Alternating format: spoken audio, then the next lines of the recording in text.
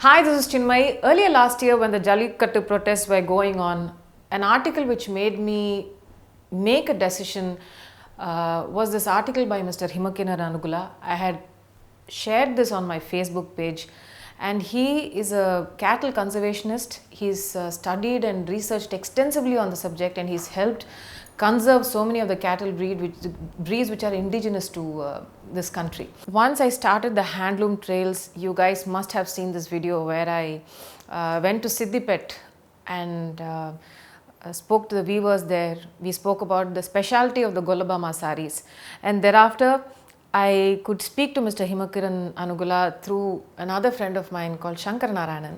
He had also given me a lot of data, a lot of inputs and a lot of information with regard to Jallikattu, everything that helped me debate the issue better at that point in time. So when I spoke to Mr. Himakiran Anugula, I got to know that there is a lot more to handloom and that there is a lot more to this dyeing, the agriculture, there is an entire ecosystem, and he gave me a fantastic story. And I'm going to be speaking to Mr. Himakiran Anugula in a forthcoming episode, but before that, the gentleman we have with us today is Mr. Sridhar. He's been introduced to me through Mr. Himakiran Anugula, and he runs a social research organization called Basecamp and a company or an organization called Ecologin, where they deal with raw forest honey, and he works with particularly vulnerable tribal groups. As I was talking to him, I understood that there is something called a PVTG, or a particularly vulnerable tribal group, and I'm going to be learning a lot more about the making of honey, and I hope with me you also get to know about this process. Hi sir, and thank you so much for coming. Thanks for inviting. This gentleman is extremely difficult to convince to come in front of the camera and explain what exactly he does, and the entire years of work that he's put into this process and in this work that he's been doing. So Sridhar sir, please tell me about this social research organization that you run. See, sometime back, some of our friends had gone to a very remote tribal area. I had the opportunity to work there, and I thought, we were working in UNDP in tsunami rehabilitation, and some of the very young colleagues of mine thought that was development work. But I had to take them there to show them what really is the issue. And when I used to work in this particular place, which is near Velur, called Javad Hills, when I started working, the per day wage was 1 glass of grains actually. That is not even, it's 1 glass of paddy. That was the per day wage actually, to show them reality. I mean, when you work in a multilateral organization like you, and you are chauffeured around in a car, you just go, but there is real work, and there are people doing real work. I wanted to show. But that triggered an interest in amongst 5 of us who thought we should do something more, and I was very keen to quit my job at around that time. And fortunately, one person came forward and said, let's take it, and we started it as a tourism company. But at that time, I mean, we had funds chasing us, and a whole lot of people were keen to invest. But we said, no, let's work, let's understand the problem, and let's do.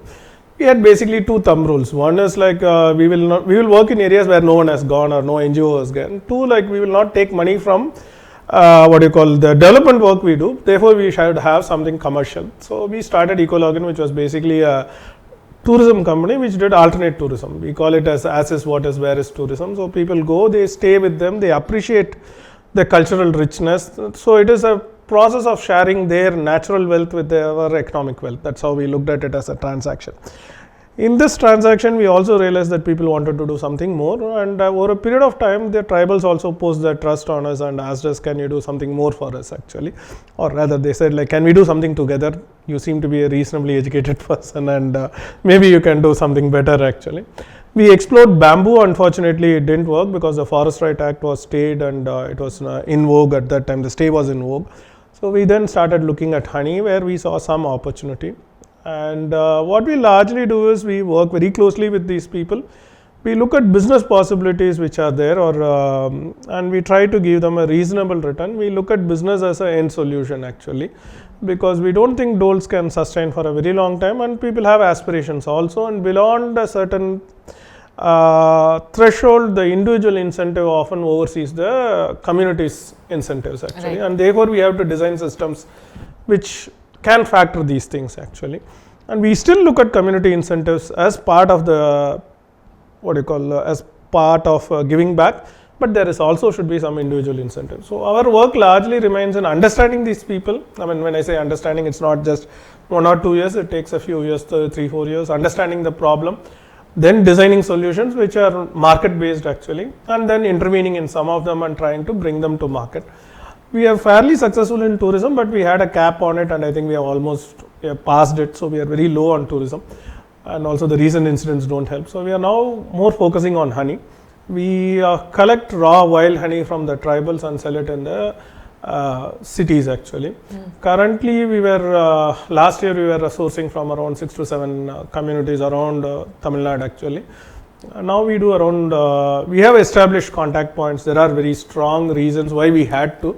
15 states across India, and we are trying to take it much more. So like that we identify products which can be brought to mainstream markets where there is a value, where there is a demand, but there are uncertainties at the sourcing point, which if we work and we look at it purely from a business point of view, but factoring in community dynamics and community welfare.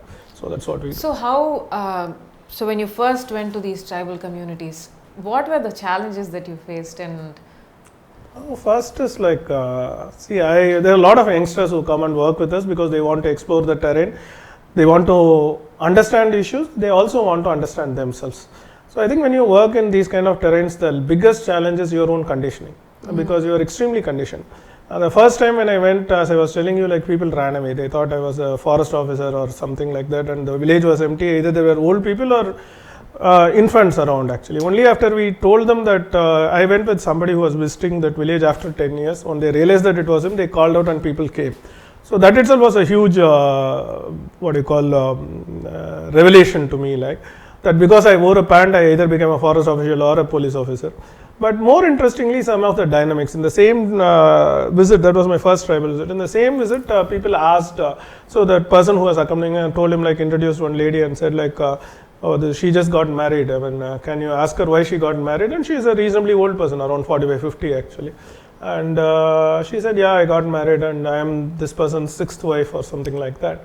And which is the same reaction that I also had at that time. And the person with me was egging me, saying, ask her why she got married. So I asked her, I mean, like, first of all, we think that it's not a nice thing to ask a woman, why did you get married? So she said, like, I wanted security. My husband died some 60 days back and I needed security. So these are completely contexts which we do not understand actually. I also read some articles, especially in Meghalaya, how the matriarchal society works. Especially polyandry is very common, and when you talk about it, there was an article in Anand Vigadan very long back actually, where it said, like, they interviewed the women and asked, how do your children do not know who the father is, and doesn't it create... So that's not a problem. Doesn't it create insecurity? She said, how does it create insecurity? Correct. Because with one father you have so much security, 2 father it should be double. Correct. So that is the contextual shock that you get. So that itself is huge for you to understand, because time for us being urbanized, being involved in Western is a point actually. For them, time is a range. If you say 10:30 in the morning, it means morning till 12:30 you can come. And if you say, like, the delivery is on such and such a date, it means you can deliver after a month also. And these are very, very different contexts. So the biggest challenge is in, first of all, understanding the context at which we work. Understanding the problem comes much later, and it's a much more engaging process. It takes you at least 3 years to find out what the problem is. Wow. And then you start devising solutions. It takes around 5 years to find some contours of the solution, and 7 years is when you have a solution, and you slowly work. In 10 years you have something which you have made into. But after 10 years, I worked with various other NGOs also, where it's a role actually. And we hope we are 10 years old, and we hope you will have a role. We definitely will. I think the point of this video is to see and to share the work that you do, because I think while we were having this conversation earlier, a lot of us are doing our own things. We have our own careers and ambitions and dreams to chase and pursue. And at the same time, we are driven by this need to somehow give back to the community that we have taken from. So most of us are clueless. We keep looking, we keep asking, we try to find if there are trustworthy sources that we can somehow help somebody, even though we don't see them face to face. And I think organizations like yours help. So please tell me about this. And you were telling me about these different types of bees, right? Can you please explain that once again? See, I think we are probably one of the very few in the market who sell honey based on the bee type. So you have what is called as rock bee honey or Apis dorsata. Then you have this burrow honey, where the honey bee stores it either inside the ground or it is inside barks of trees. So the honey would have never seen light till it was harvested. Then you also have this thing called as Kumbutin, which is another variety. See, that you will get around 6 to 7 kgs per hive, whereas in Apis dorsata or Rockbee honey, in a single place you can even get a ton actually. Then we have this this Kumbutin, which you get hardly 2 kgs max actually. Wow. Then there is also this thing called Damerbee honey, which you get hardly 400 to 700 grams. Damerbee, or it is also called stingless bee, because these bees don't sting. And even if you try to hold them, they die. I mean, this is also called Kosutain in Tamil, which is almost the size of the mosquito actually. Wow, I didn't even know this existed. The most interesting part is this is probably one of the most medicinal laden honey is what it is considered. And the tribals consider only this, and they cultivate it only for their consumption. When I say they cultivate, they just split a bamboo. There is a way in which you can invite the colony to reside inside. The most interesting part about this bee is it's easier to cultivate. Because in this, the queen bee, before it gestates, I mean, that is before it conceives, has wings, and there is a concept called nuptial night when it flies and settles into another place. The moment it settles, its wings are dropped, whereas in the Apis variety, in the genus Apis, they get wings and only then they start flying actually. So once these are resident, so they will not move, because the queen bee cannot move out, the rest of the bees continue to take care of it. And people do all kind of things. They burst crackers, they put in acid, but they will not leave, because that's their tendency. And they are generally between, see, it is sometimes they are in electric EB boards, they are inside walls. So sometimes you may have to get rid of them, but it's impossible. But the honey is supposed to be extremely medicinal simply because the bee is so small. And most of your medicinal plants are herbs, which means they are very small, which also means that the size of the flower will be extremely small, and the Apis species cannot go in and collect honey actually. But And this therefore, bee can. this bee can, and there is a study which says out of the 170 species which are its food based, 150 are medicinal actually. And tribals consider this as the most medicinal honey. In fact, they don't consider the rest as honey at all for their own consumption, I am saying. Like, and generally Keralites know this as Sridhar, which is very famous, but Sridhar, when it comes to Tamil Nadu, has a different connotation actually. We call it more as Kosutain. The biggest sources are either in Kerala or in northeast, especially in Nagaland is where you get actually. And both the places, the honey mission had started certain things whereby they have tried cultivating it in boxes and they have been successful.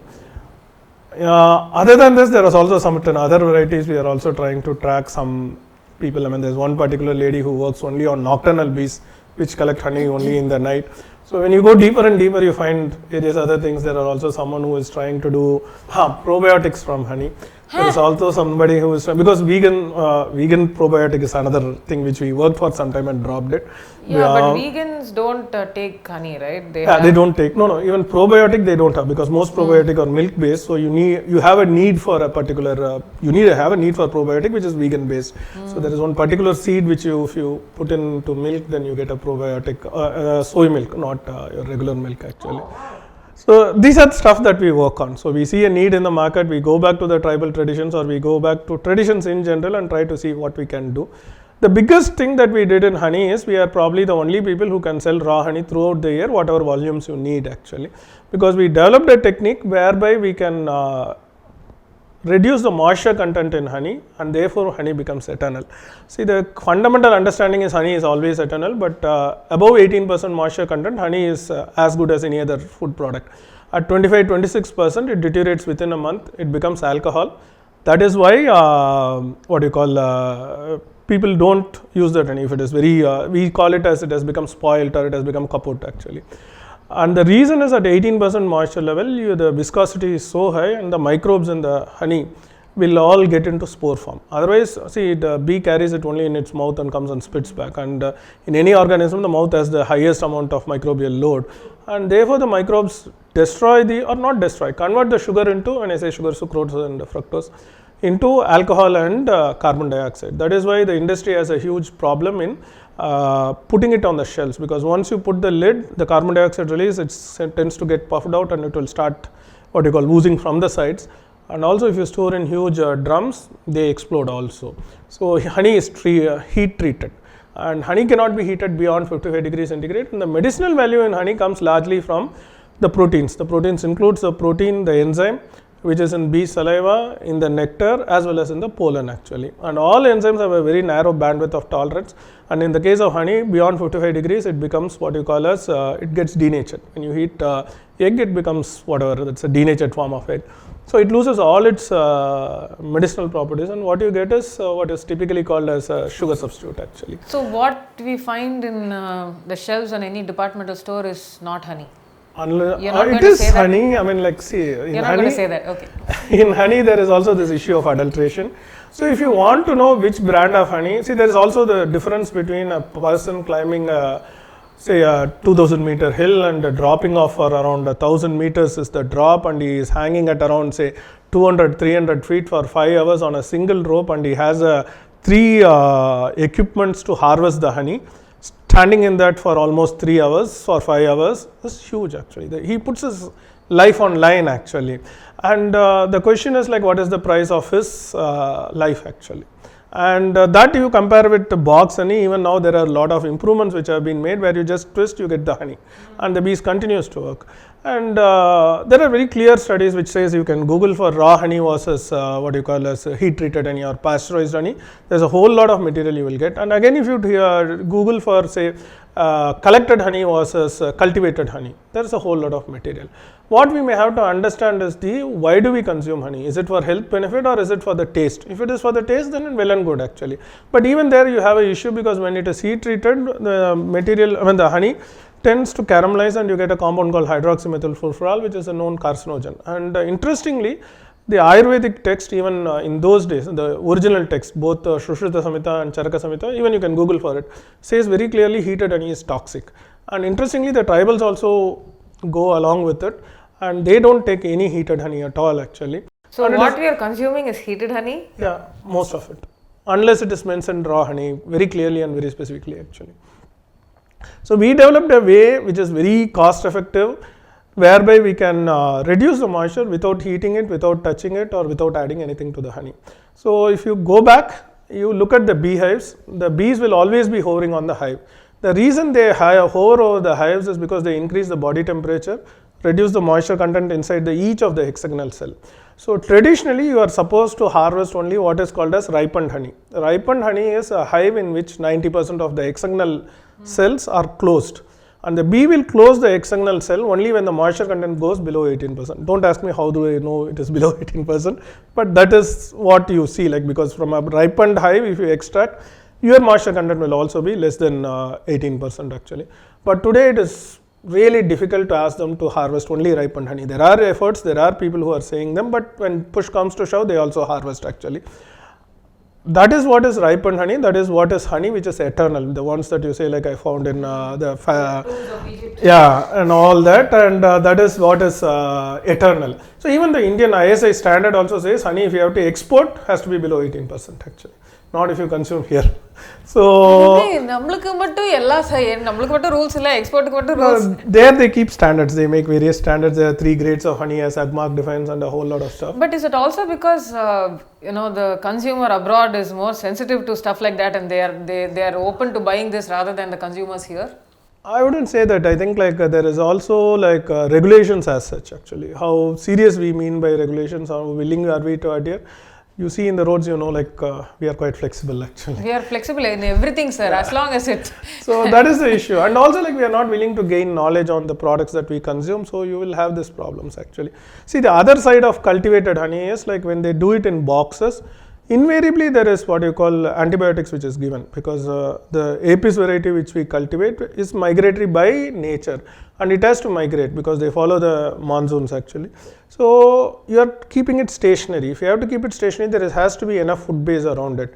During April, May, there is hardly any flowering which happens actually. Then what do the bees do? So you give them sugar water, but then sugar water is a very poor substitute for nectar. It is like somebody having a 3-course meal 4 times a day, and then you are suddenly shifting to gruel is the comparison actually. And therefore what they tend to do is they add antibiotics in the sugar water, and when the bee takes it, and this is not even residual antibiotics, this is regurgitated antibiotics actually. So if you want to know which brand has what amount of antibiotics and what is the load, you go to Center for Science and Environment. It's a major research organization which declared actually these are the what you call load of antibiotics, and that to broad spectrum antibiotics. And the general perception is if you buy honey from abroad, then it is very nice and it won't have. They have done it for honey which has been imported from other countries, and it remains the same actually, at least in some of the major countries which export to India. So, and this has come in CNN, IBN, this has come in Times Now and all that, and you can see the videos also there.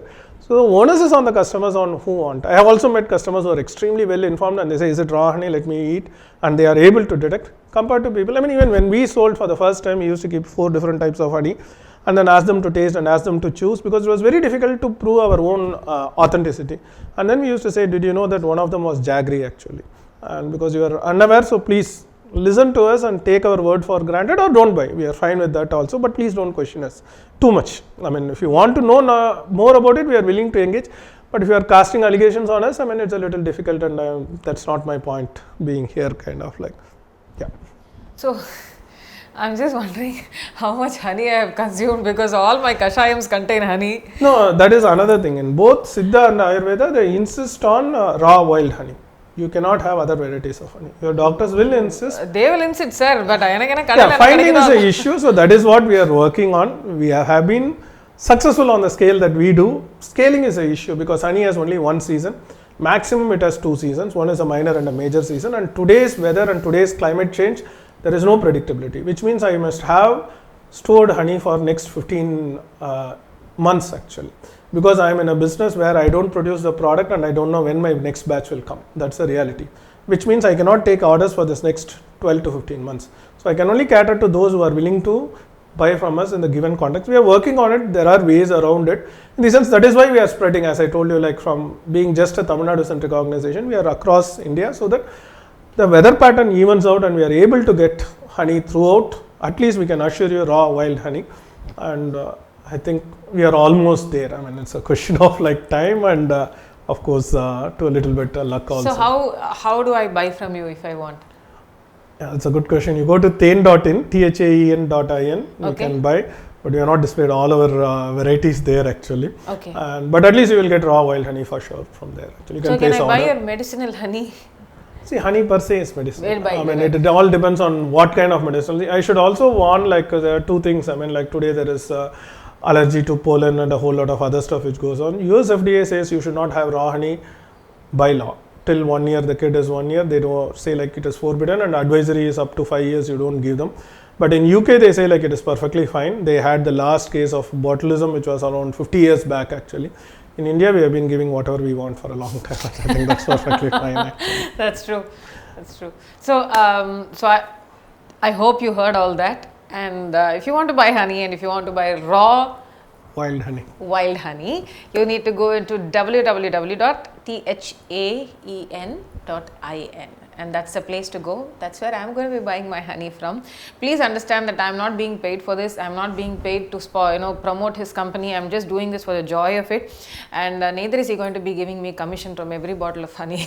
Maybe I'll go and the only thing that I'll do is maybe do a video at some point in time. I don't even know if it's feasible with this entire process of how they collect and gather and stuff like that. But that's that. Sir, thank you so much for having come here today. For this opportunity. And I'll see you in my next video. Bye-bye.